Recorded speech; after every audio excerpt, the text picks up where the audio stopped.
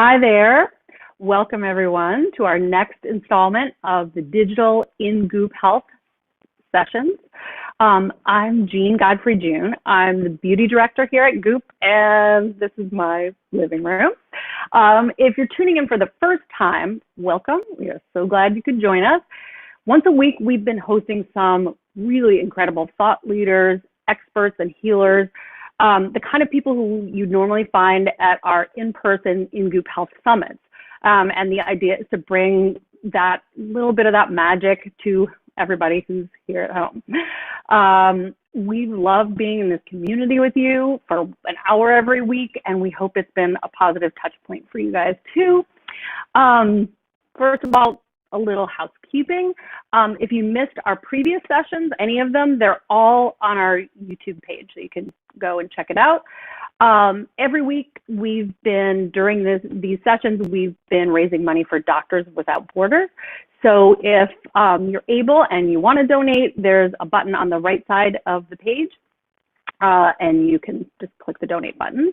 And then last of all, I'll be back at the end of this session to ask today's guests any of your questions. So if you have any questions throughout the whole presentation, send it to us in the chat box that's on this page, and we will get to as many of them as we can. I'm so excited for you to meet today's guest. His name is Ian Kerner. Ian Kerner is a psychotherapist, a nationally recognized sexuality counselor, and he's the author of an incredible book. It's called She Comes First, and it is just incredible. Well worth the read. He's joining us today to talk about the one issue that he hears from couples about most that they bring into his office, mismatched libidos. He's helped so many people work through desire discrepancies, and he's showed them how to create a shared desire framework with their partners, and it's pretty amazing. And he's here to share all that wisdom with us now. Please join me in welcoming Ian Kerner. Hi. Thank you, Jean. I really appreciate that. Hello, everybody. Wherever you are, I'm live here in New York City in Soho, and wherever you are, I hope you're hanging in there and hunkering down and safe, and thank you for being here today. I thought before we dove into the presentation itself that we'd warm up with just a little bit of sexual trivia and just have some fun to get started. So I'm just going to ask you a couple of questions. Give me 1 second here. Great. Okay. So, hold on, let me move this window a little bit. Okay, first question. Ready? According to a recent national study, how many times a year does the average American adult have sex? Okay, how many times a year do you think the average American adult, this is across the lifespan, how many times a year does the average American adult have sex? Is the answer A, 365 times a year? That would be every day. That would be a lot of quarantine sex happening right now. Not exactly what I'm hearing from my patients, but if it's happening, more power to you. 56.9, so 56.9. That would be once a week. Once a week plus an extra birthday, anniversary, Valentine's Day. 0.9, I guess, a quickie somewhere. 26.4. I never totally understand the decimals here. But 26.4 would be, well, roughly every other week. And then 7 times a year, which would be the fall into the clinical criteria for being in a sexless relationship. Certainly a lot of my patients fall into that criteria. So what do you think the right answer is? I can't actually see you or hear you, but for those of you who said 56.9B, that is the correct answer. That roughly comes out to about once a week. Interestingly, there have been studies that have also shown that couples who have sex once a week, healthy, good sex, that those couples have higher levels of relationship satisfaction than couples who have sex less than once a week. Also interesting is that couples who have sex 2, 3, 4 times a week do not necessarily have higher levels of relationship satisfaction than the couples who have sex once a week. So, I mean, there is something to be said for the relational positive sort of afterglow effect of at least having sex once a week. Okay, so one more question just to get warmed up. Hold on, up, there we go. So, according to a recent study out of Brown University, 2 out of 3 women are more likely to find a man sexually attractive. Okay, so 2 out of 3 women are more likely to find a man sexually attractive if they A, like his eyes, B, like his personality, C, like the way he smells, or D, the thickness of his wallet. How many of you say eyes, the window into the soul? You said A, you're wrong. How many of you said B, his personality? Also wrong. D, the thickness of his wallet. Definitely wrong. Definitely post-COVID. Nobody has any thickness in their wallet anyway. The right answer is C, the way he smells. Men always find this boggling because men do not rate scent or smell high on their list of what makes a partner, a female partner, attractive. But women consistently rate smell, a guy's natural scent, as being a major factor in attraction. Interestingly, when women are ovulating, the power of scent is at its strongest. So perhaps scent might be evolution's way of helping a woman to genetically pick out a compatible partner for having a child with.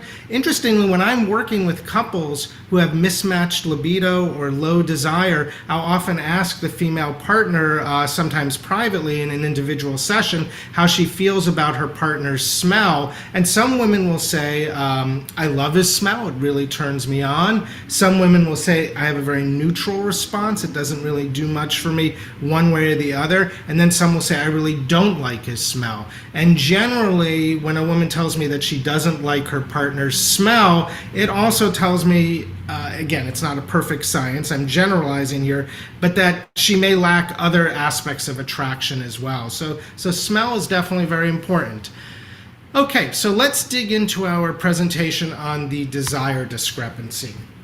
I hope you can all see this slide, see it well, and let's talk through what are we looking at. So over on the left side, you'll see it says excitement, plateau, orgasm.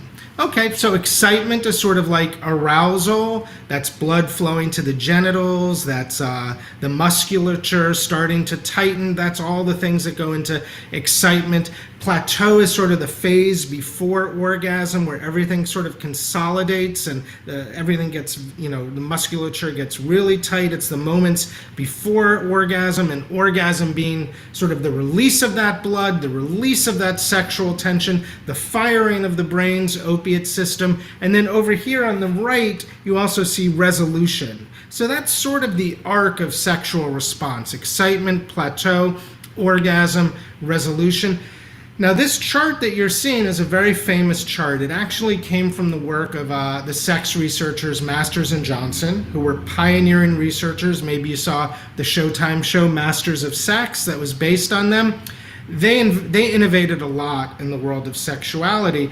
One thing that they did, they really wanted to study human sexual response. So they observed 10,000 acts of intercourse, heterosexual acts of intercourse, in a laboratory setting with paired individuals. So these weren't couples coming in, they were just individuals who were paired together, who had agreed to have sex and get hooked up to gadgets. And they watched over 10,000 acts of intercourse and taking all these different measurements. And they kind of distilled these 3 different trends that you see. So let's look a little more closely at this. So let's start with line C, which is sort of the amber gold looking line. In that line, you can see there's a pretty, it's almost like going straight up a mountain through excitement, plateau, orgasm. It's almost just like straight up on the vertical. There's orgasm, and then there's like as quickly as you went up, straight back down into resolution, into that pre-aroused state. So,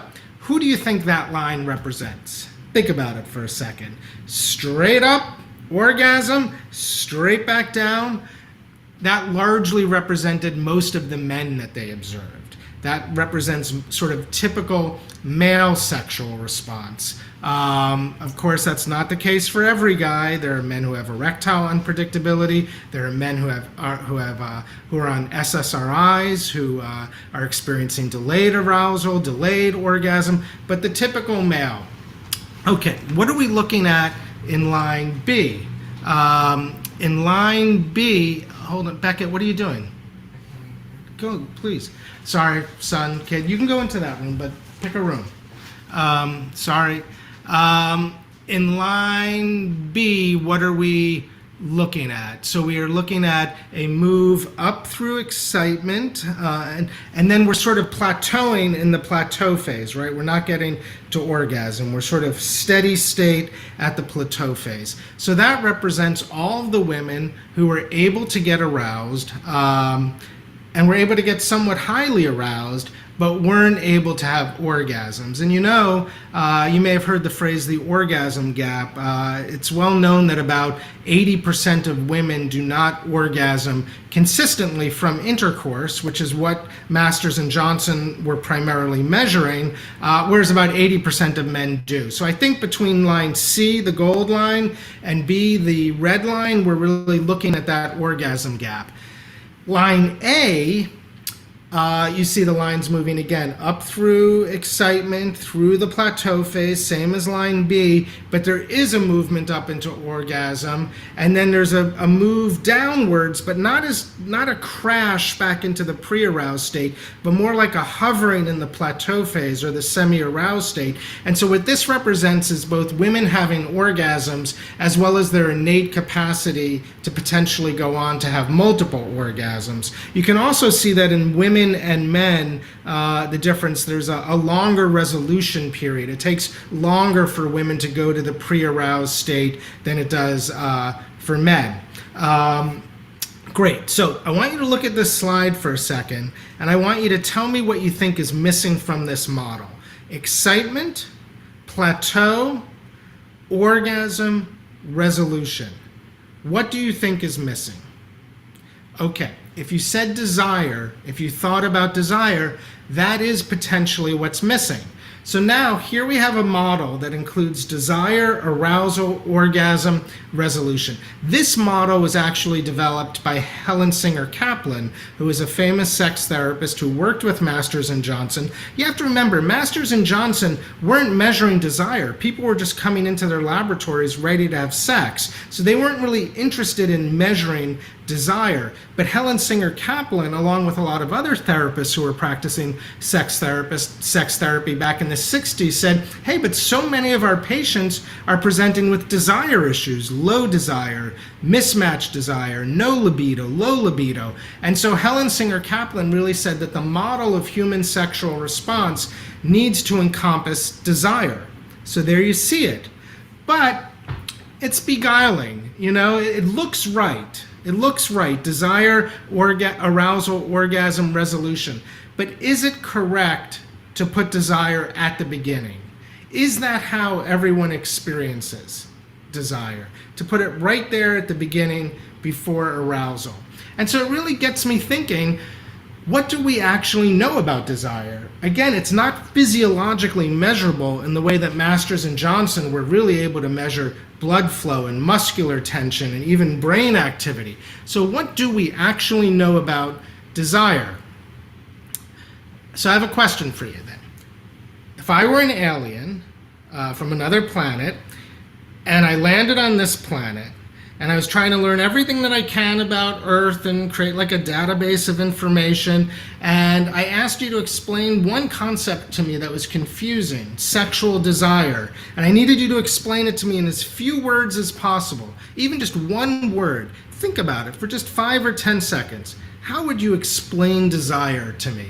1 word, 2 words, 3 words. How would you explain sexual desire? So, being an alien, being a sort of technologically sophisticated alien, I went to Google and I Googled desire. I think I Googled sexual desire, and I did an image search, and I came up with some images that were amongst the first images that came up when I Googled sexual desire. So if we're just looking at these images and I'm an alien, what can I learn about sexual desire? Well, I mean, he's definitely sort of sniffing and smelling and kissing her neck, and she's leaning back. I mean, I would definitely, the words like hunger, savoring, relishing come to mind.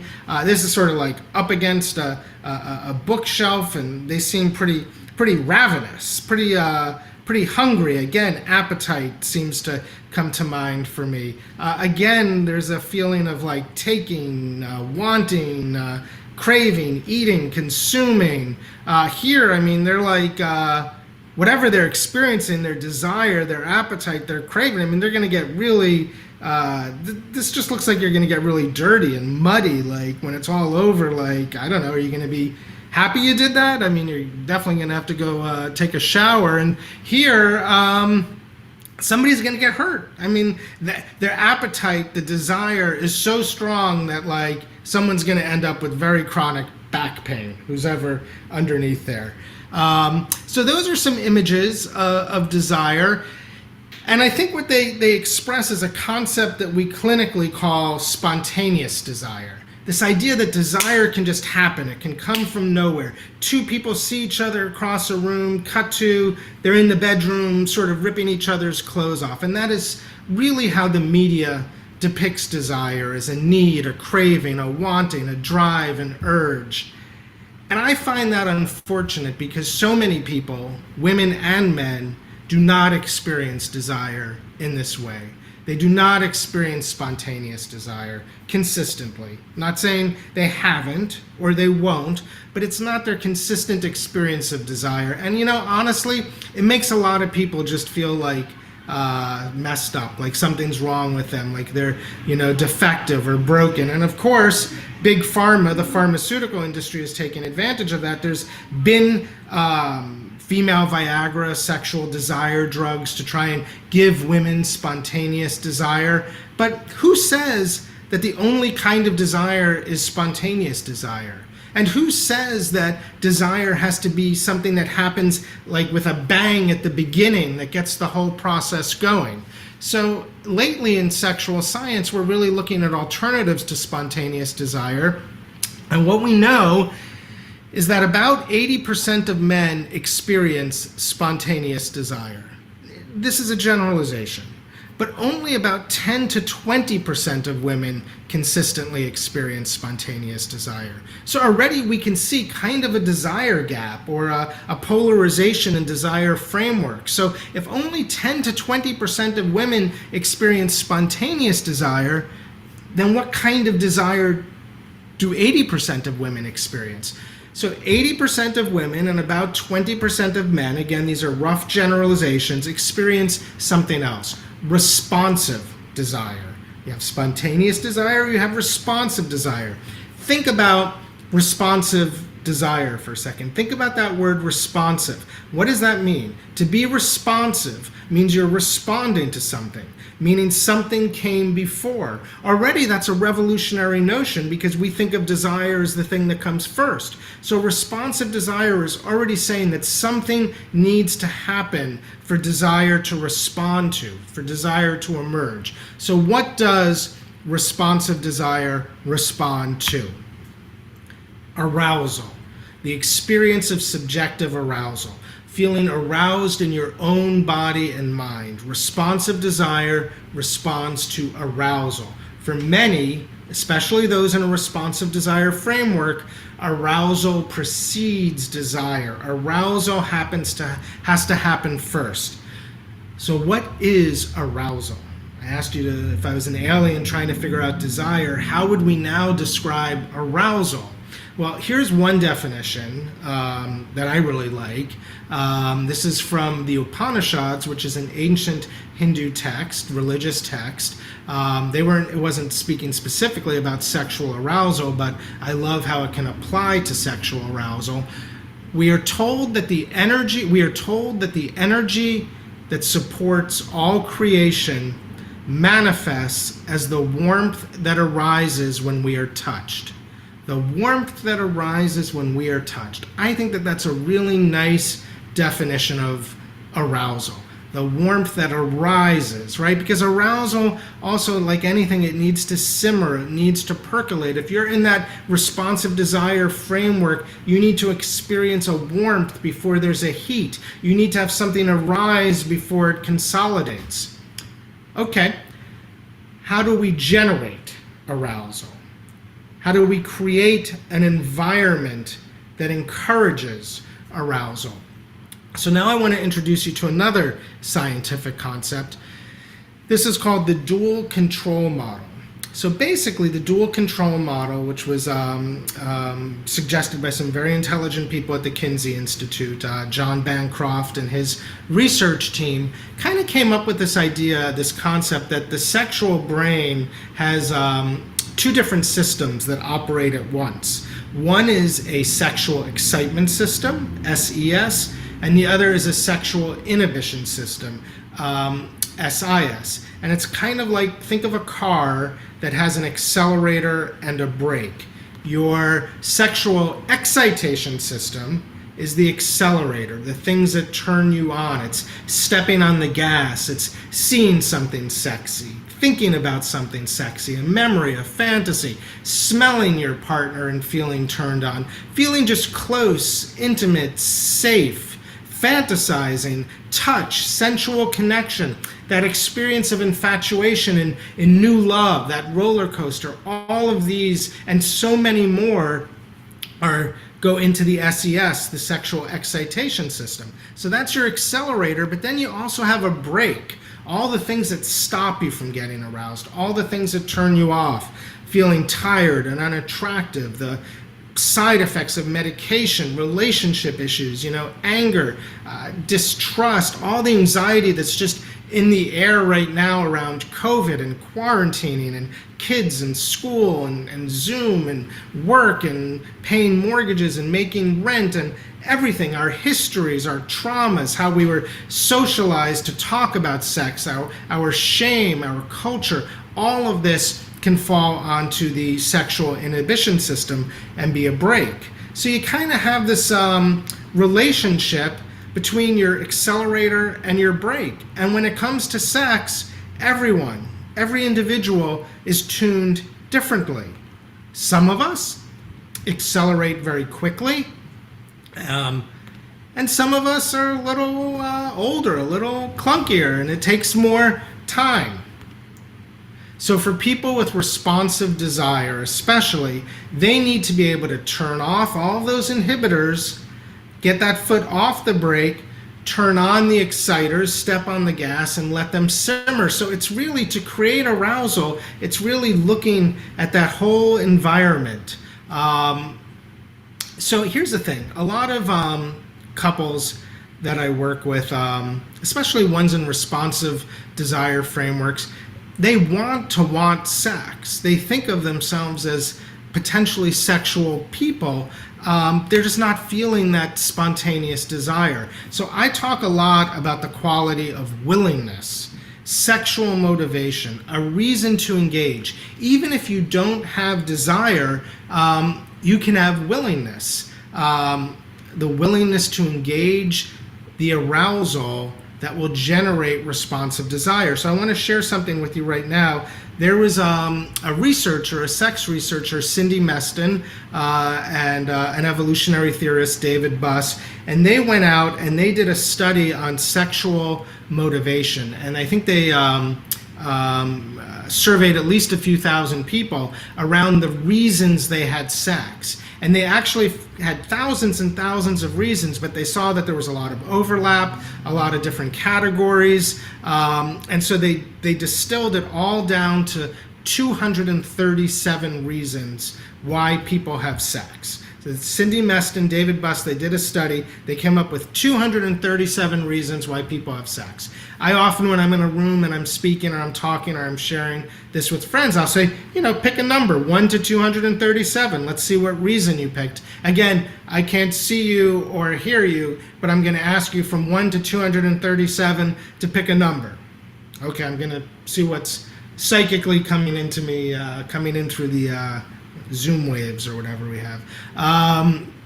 Anyway, I'll pick a number. How about 42? All right, let me see. 42. I was curious about sex. Let's pick another number. 147. I do not know what it's going to be. I don't have these numbers memorized. This isn't staged. Let's see what 147 is.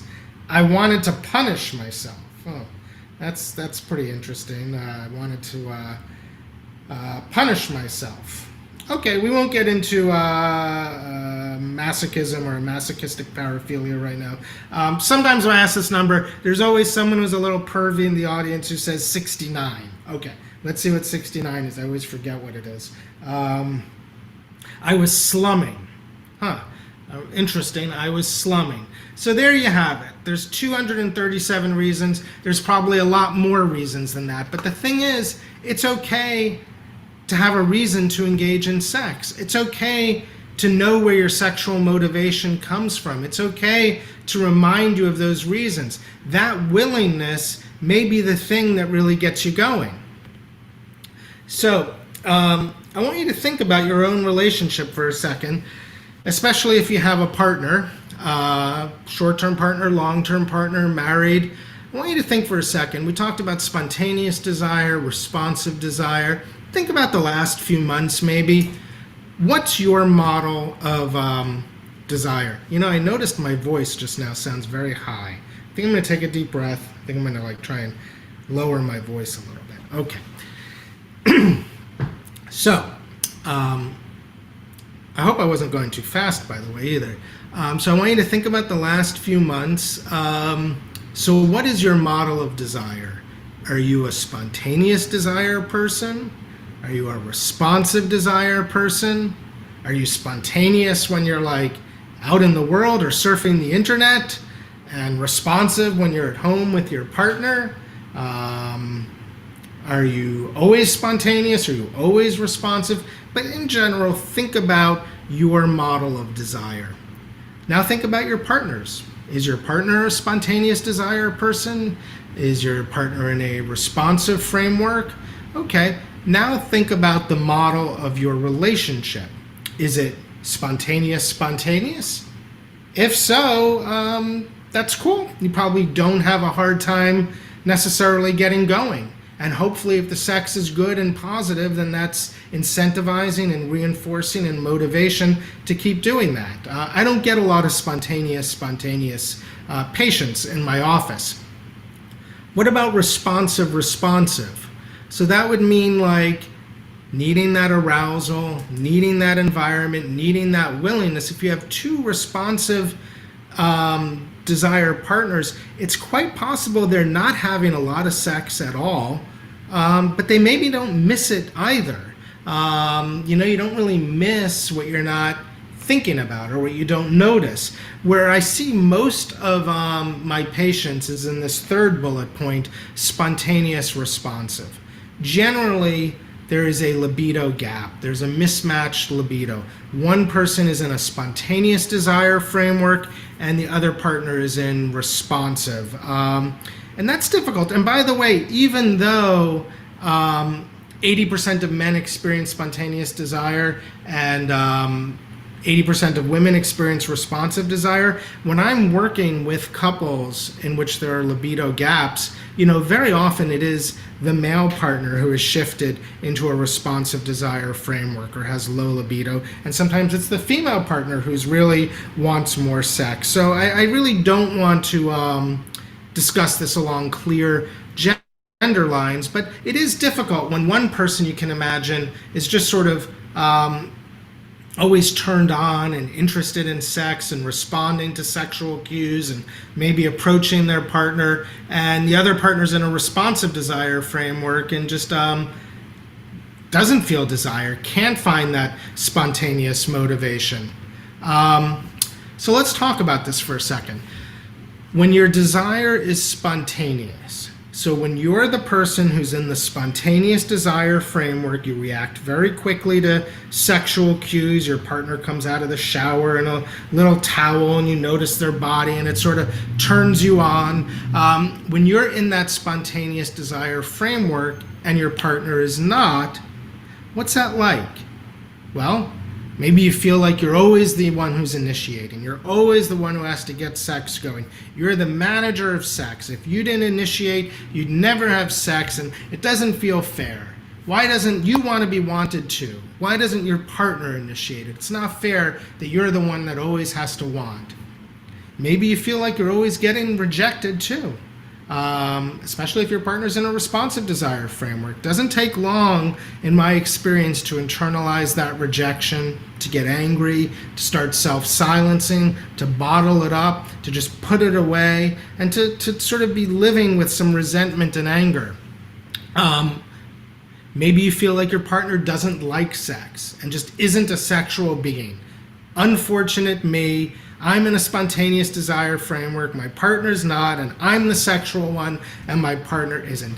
First of all, that's so untrue. It's so unfair to all the people who experience desire differently. But again, we live in a culture where spontaneous desire is really put out there as the only form of desire. And so I could understand how some people would feel that about their partners. And for that spontaneous desire person, they may end up turning to increased masturbation. They may turn away from their partner. They may even turn to infidelity because they feel it's justified. They have desire and their partner doesn't. What about when your desire is responsive and your partner is spontaneous? So when you're the one in the responsive desire framework and your partner is spontaneous and is not responsive, you might experience your partner's spontaneous desire as a form of pressure. It's like they're always coming on, they're always interested, they're always grumbling, they're always talking about sex. Why aren't we having it? And you might become an expert at not giving off sexual cues and avoiding the sexual overtures of your partner, Make sure you go to bed after them, or make sure you go to bed before them. Make sure they don't see you coming out of the shower. Don't hug or kiss for too long because they're going to want to have sex. And suddenly you have an environment in which there isn't even physical intimacy or emotional connection. There's no eroticism in the air. When you do have sex, it may feel like you're doing it because you know how much your partner wants it and not because of your own subjective desire. Hopefully, if you start to put yourself through the motions and your partner loves you and you have a good sex life and you know how to make it work, hopefully you start to say to yourself, oh, that wasn't so bad. I don't know why I wasn't doing, more of that. That's sort of where a little bit of that willingness starts to come in. Certainly, I'm not talking about anything non-consensual or putting yourself through anything that you really don't want to, but sometimes just having a little willingness because, hey, sex is maybe important and it's important to my partner. You can sort of see where that takes you. Sometimes when you're responsive and your partner is spontaneous and you do have sex, it might not be very good, especially if your partner gets aroused so much more quickly than you do. It may feel like they're kind of leaving you behind.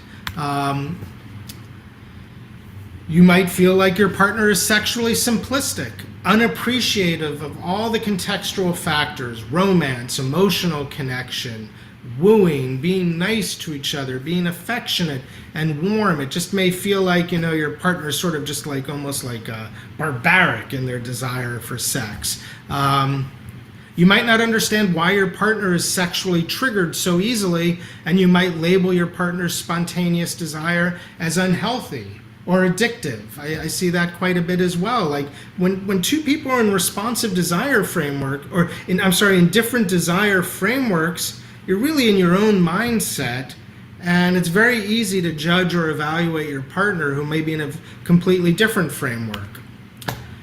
So if one partner is spontaneous and the other is responsive, how do you create that shared desire framework?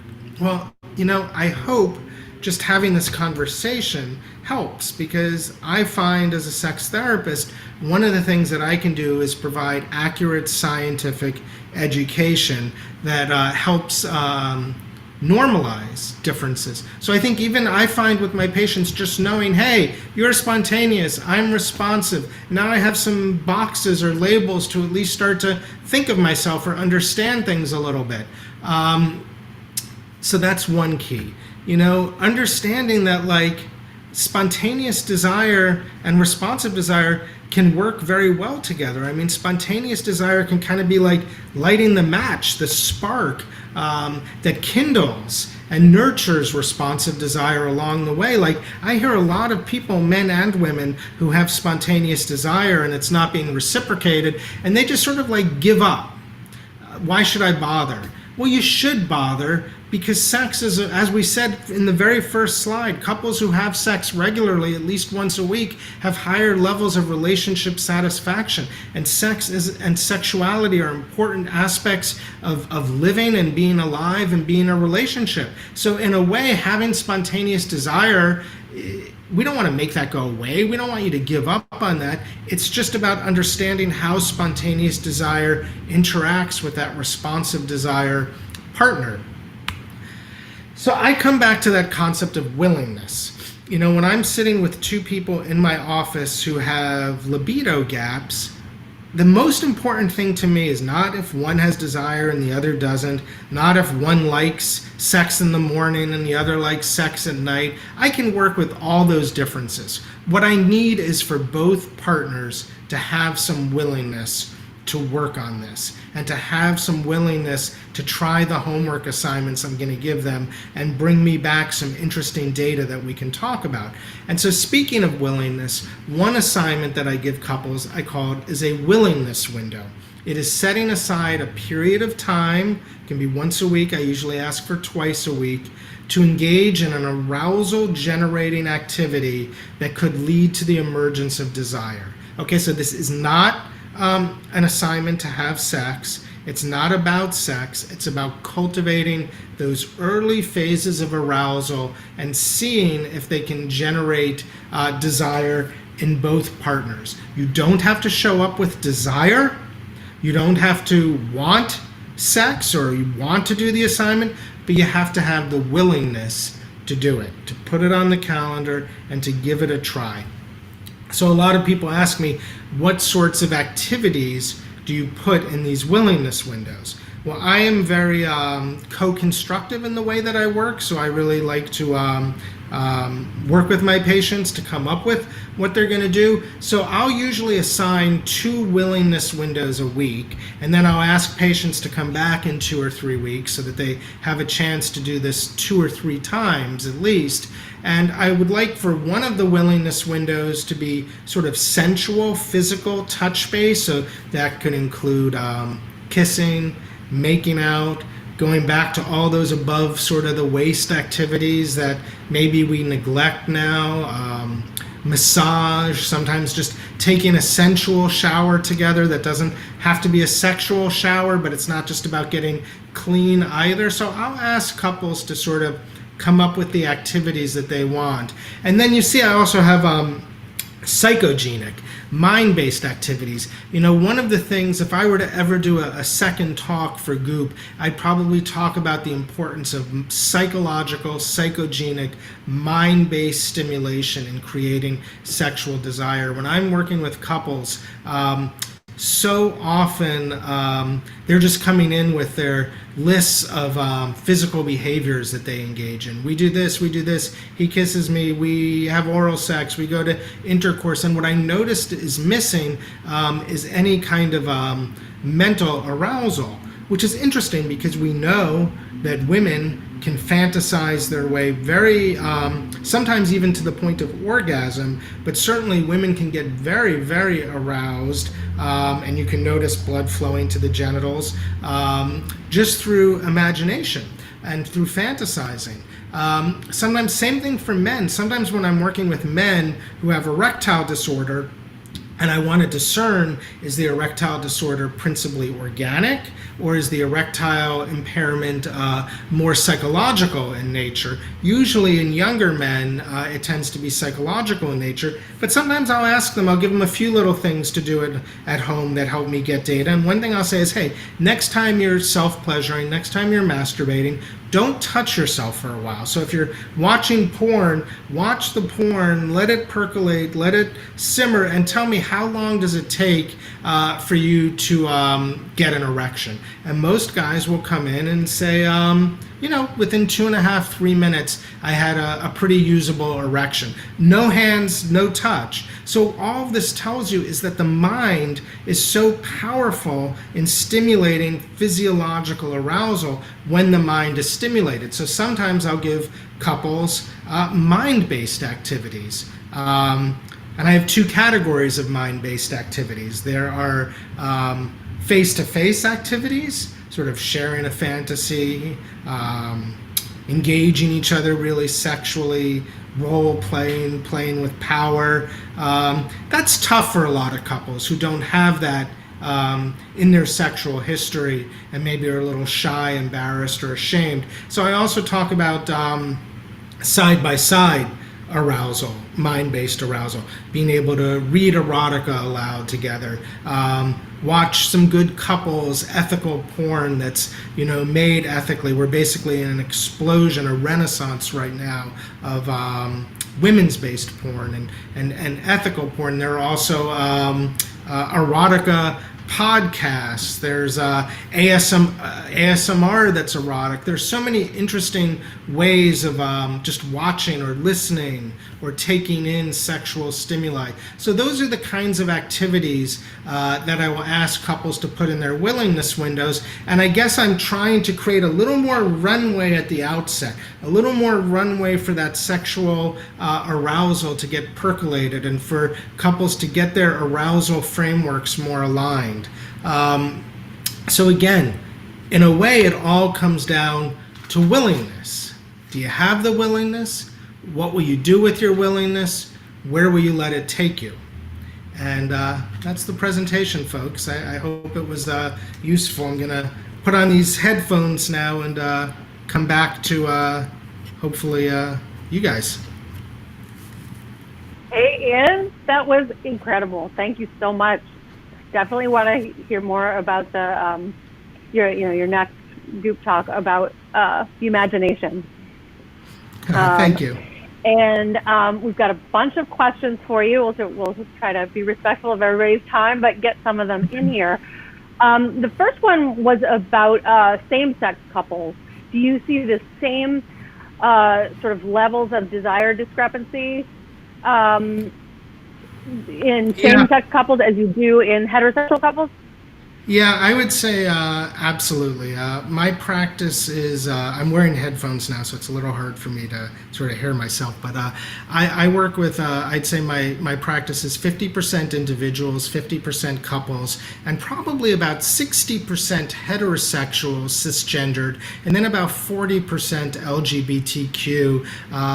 Probably with a lot of gay male couples, and then couples in which one partner is either trans or gender queer, and then also lesbian couples. So I definitely deal with a lot of same-sex couples, and I absolutely see these same differences. I honestly, I'm thinking through my list of couples right now, and especially in long-term relationships, it really doesn't matter what your biological sex or gender is. It's very easy to fall into a more responsive desire framework. So I would say it is true of my same-sex couples. What's interesting is, especially with the gay male couples that I work with, they are more willing to engage in consensual non-monogamy to sort of deal with the libido gap. Either they're willing to sort of go out there together and play to bring in some new stimulation, or to just sort of say, hey, we have a fantastic relationship in so many different ways, but we're really off sexually. Let's see if we can get tuned into each other sexually. And if we can't, let's consider consensual non-monogamy. And is that growing in heterosexual couples at all, or is that not? Is Consensual consensual? Yeah, I would say absolutely. A lot of couples that began in monogamous relationships, maybe they feel like they weren't picking based on sexual attraction, or there's been some sort of illness, or just there's really been a shift away from sex being a resonant part of the relationship. More couples are willing to consider opening up a relationship. With the gay male couples I work with, again, I'm not trying to generalize or stereotype, but I usually find that the men are a little more on the same page about it, and it's a little hard to get heterosexual couples on the same page, because even if you agree with the principles of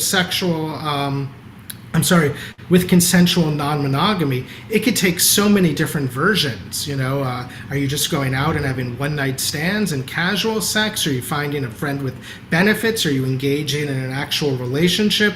So even agreeing on consensual non-monogamy in principle, there's so much to be figured out, but it is certainly a relevant option increasingly for all couples. When we get out of this quarantine.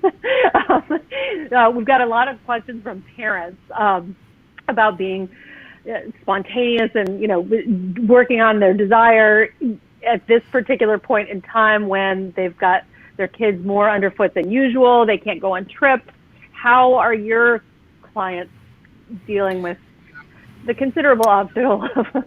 It's really hard because, look, remember we talked about brakes and accelerators. So the inhibitors, just having kids home and having to worry about their, education, and just worrying if what they're going to do over the summer and if they're going to go to school. Just the level of anxiety around our kids is greater. And then actually having them in the space with us, whether they want to sleep in our beds or want to spend more time with us. So I totally hear you on the challenge. You saw my little one walk by. No privacy in the world anymore. No. I really, what's important to me though is trying to maintain the erotic thread in a relationship. Sexuality or being sexy or sexual doesn't always have to lead to sex. And if you can just find ways to create little erotic charges, to hold on to the erotic thread, to see your partner in an eroticized sexual way, I think that goes a long way to just sort of still feeling like sex is in the air. And when something's in the air, where there's a will, you'll find a way. So keeping it in the air creates that willingness. Yeah, that's a great thing to think about. I think even for people, particularly with mismatched desire right now, if they're not able to even practice, they can, maybe that's a lower lift, definitely exercise to eroticize and think about it. It's so much less demand, so much less pressured. Oh, this isn't about sex. Yeah. This is about just engaging, creating even 30 seconds for a little bit of eroticism to flourish. Yeah, that is a great point. How about for someone's asking about how do we talk to our partners? Not during this time or any time, just how, if you're the person with the higher desire partner, the spontaneous one, how do you go about talking about it without threatening the person? Is there language you? Yeah. I mean, I have two thoughts about that, about talking about sex. My first thought is that what's amazing about, we talk about so many different topics with our partners. We talk about real estate, and we talk about in-laws, and we talk about taxes and work and kids. But if you're talking about sex, it has the power to actually generate physical arousal. That psychogenic arousal has the power to generate physical arousal. So I always tell somebody, don't focus on your problem. Think about your problem. but then come up with what is the solution, and then present that solution in a sexy way. So for example, like I have this little exercise because sometimes people are shy or embarrassed talking about sex. So I'll say, hey, why don't you tell your partner next time you wake up that you had a really sexy dream about them? You can say, hey, I don't know what my mind was up to, but I had a totally pervy, sexy, erotic dream. And hopefully you have a partner who later in the day or right then and there will be curious about it, and then describe the sex that you want and make it what happened in it. Make it arousing. But the other thing that I want to say is, in all communication with partners, especially around sex, we have to realize that there's sort of two levels of communication. It's very easy to trigger a partner's defenses. You're avoiding me. We never have sex. We haven't had sex in 2 months. I'm deprived. This is ridiculous. When you put out something like that, you're almost guaranteed to get back some sort of defensive response. Either your partner retaliating, avoiding, dismissing, making a joke, and then that's going to make you more defensive. And pretty soon what we're doing is just escalating defenses. But underneath it, if we go back down into the vulnerable part, it's like, hey, I'm really missing you, or I'm feeling lonely, or I'm feeling neglected, or I'm feeling rejected. And if I can go down into my vulnerability, then I'm trusting that my partner will create emotional safety with me and support that or soothe that, right? So if you don't have emotional safety with your partner, and I say, hey, I'm feeling a little neglected, well, then I'm anticipating, yeah, you're neglected because you're an asshole. Get away from me, right? Like, we have to agree to be able to be vulnerable and to create emotional safety for each other. For sure, and have it be a conversation from vulnerability rather than a conflict. So Exactly. I think this is the last question we've got time for, and it's about stress. Katie is asking, how do you advise couples to prioritize willingness over other factors like stress or exhaustion? Like how, How do you advise couples to prioritize? Well, I mean, I think, first of all, it's about prioritizing sex. I mean, it's interesting because I was just reading a book, an essay by a sex therapist named Gail Gutman, an essay, and she was saying, at its best, sex is a form of play that delivers pleasure. But in our society, we demote play over work, right? If your kids have homework, get your homework done. Get your homework done, then you can play. As adults, I can work and then I play. And so what happens is we privilege work, and this is socialized going back to kindergarten and first grade, where we always have something to do, some activity, some work. So sex as a form of play really falls into the bottom of the list. So with these willingness windows, I really ask couples to, find time on the schedule for a half hour, put it in there and show up for it. Again, like, let's get rid of this idea that sex should always be spontaneous, that we should always just feel it and go for it. Let's accept that it's responsive. It requires some the right environment, and let's commit to creating that environment. Yeah, it's like everyone's learning how to make dinner again. That's a similar thing. Well, Ian, thank you so much. This was just incredibly enlightening and inspiring, and we've got a lot of responses here that I wish we could get to. If any of you would like to dive deeper, you can hear more about and from Ian at iankerner.com. Also, if you haven't donated yet and you still want to, you can click on the donate button on the right side. And we hope you can join us again next Wednesday, same time. Gwyneth will be back on, this time doing a special workout with Karen Toomey from the class, which pretty epic experience. If you've never done it, you've got to try it. So see you then, and thank you. Thank you, Ian. Thank you, everybody. Take care. Thank you, Jean.